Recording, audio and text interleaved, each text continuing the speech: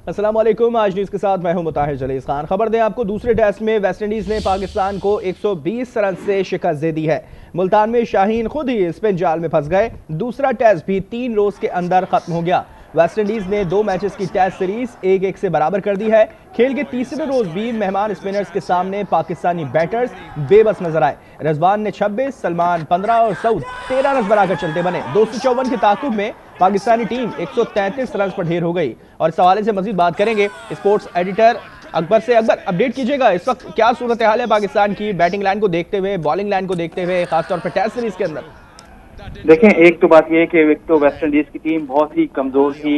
इनके कप्तान ने 98 टेस्ट मैचेस खेले, जो बाकी दीगर बॉलर्स और बैटर थे किसी ने 8, किसी ने 10, किसी ने 12 टेस्ट मैचेस खेले। तो टीम कमजोर थी एज कम्पेयर। पाकिस्तान की टीम बहुत स्ट्रॉन्ग थी। पाकिस्तान को तो वैसे ही सीरीज जीतनी चाहिए थी कंफर्टेबली, लेकिन पाकिस्तान ने वही जो हमने इंग्लैंड के खिलाफ जो तरीका अपनाया था कि स्पिन के साथ जाना है, तो स्पिन के साथ जरूर गए, लेकिन हम खुद ही स्पिन का शिकार हो गए। और वेस्ट इंडीज के जो स्पिनर्स थे, इतने मारूफ स्पिनर नहीं है, लेकिन उन्होंने भी घूमती गेंदों से पाकिस्तानी बैटर्स को परेशान किया। और नतीजा ये निकला कि पाकिस्तान ने वेस्ट इंडीज से होम ग्राउंड पर 35 साल बाद हारा है। लास्ट टाइम वेस्ट इंडीज ने 1990 में पाकिस्तान में टेस्ट मैच जीता था।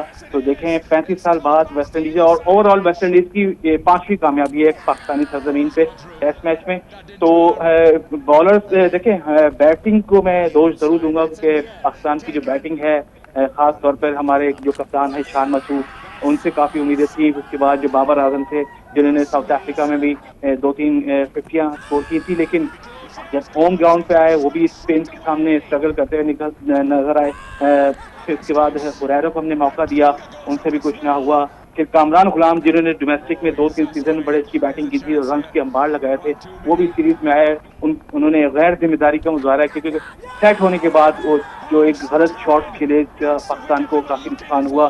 फिर इतनी बॉल जब टर्न हो रही थी, तो फिर रिजवान और जो सलमान और सऊद से उम्मीदें थी, लेकिन चौथी इनिंग्स टेस्ट की चल रही है और स्पिन हो रहा है, तो जो मुश्किलात तो पेश आती हैं। हमने पहले ही कल ही मैंने कहा था कि अगर इस क्रिकेट पे 200-250 स्कोर हो गया तो पाकिस्तान के लिए मुश्किलात आएगी, और वही हुआ कि खेल के 30 रोज जो मुसलसल दूसरा टेस्ट है, 3 रोज भी पूरे नहीं हुए। तो जिस तरह वो 2.5 दिन में मैच खत्म हुआ था, ये दूसरा टेस्ट भी 2.5 दिन में खत्म हुआ। जी ठीक है अकबर, साथ मौजूद रहेगा इस वक्त स्पोर्ट्स एनालिस्ट महमूद रियाज हमारे साथ मौजूद है। महमूद साहब, यही हम गुफ्तगू कर रहे थे हेडलाइन से पहले भी कि ऐसी वजूहात क्या हो गई, वेस्ट इंडीज़ इतनी स्ट्रांग नहीं है, पिचेस हमारे मुताबिक थी, लेकिन उसके लिए डिफेंस भी हमें ही तैयार करना था कि अगर स्पिन उनकी जानिब से की जाती है तो हम कैसे डिफेंस करेंगे। हमारी कहाँ कमी देखी गई आपको? अगर देखा जाए तो अकबर जैसे भी बात कर रहे थे, पाकिस्तान के खिलाड़ी जो बैटर है उनसे सीनियर हैं।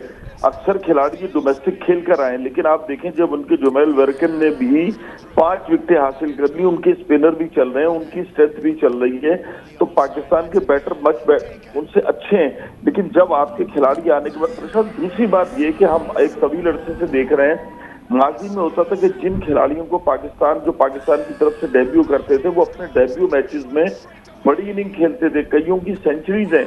मतलब हमने बड़े बड़े खिलाड़ियों को देखे कि इमरान फरत हो गए, शोएब मलिक हो गए, सारे और जितने यंगस्टर खिलाड़ी थे वो अपने डेब्यू में आए तो उन्होंने पहले ही बड़ी अच्छी खेली। लेकिन यहाँ पर अफसोस के साथ कहना पड़ रहा है कि जितने खिलाड़ी जब डेब्यू कर रहे हैं उनके लिए शोर तो बहुत ज्यादा किया जाता है कि नए खिलाड़ियों को चांस नहीं दिया जाता। आप कहते हैं जी दोस्ती गैंग आ गया, रोटी गैंग आ गया, तो फिर आप तो यही कहेंगे कि भाई फिर इनको तो चांस ही देना चाहिए। ये जब आते हैं तो शुरू की इब्तिदाई इनकी 2-2, 3-3 सीरीज बेकार हो जाती हैं कि इसलिए ये परफॉर्म नहीं कर पाते। क्या वजह है? इनकी टेक्निक सही नहीं है, ये अपनी टेक्निक पे काम नहीं करते हैं, जिसकी वजह से इनको देखना पड़ता है। जो प्रैक्टिस है, जो इनकी, अब आप ये देखें ना, कामरान गुलाम को आपने चांस दिया, उससे पहले अबरार 2-3 सीरीज नहीं गए, मिस्ट्री स्पिनर, फिर वो आहिस्ता आहिस्ता चलने लगे। खुद आप ये देखें साइम अयूब के साथ यही हुआ कि इब्तदाई तौर पे वो नहीं चले, और किसी वक्त भी पाकिस्तान का जो सिस्टम है, शायद साइम अयूब को भी नजरअंदाज कर दिया जाता, लेकिन जो प्रेशर बिल्डअप हुआ उनको खिलाया तो एक खिलाड़ी नजर आया। अब के जो बैट्समैन, इनमें ये चीज नजर आ रही है कि इनको सेट होने के लिए इंटरनेशनल क्रिकेट में 2 से 3 सीरीज चाहिए।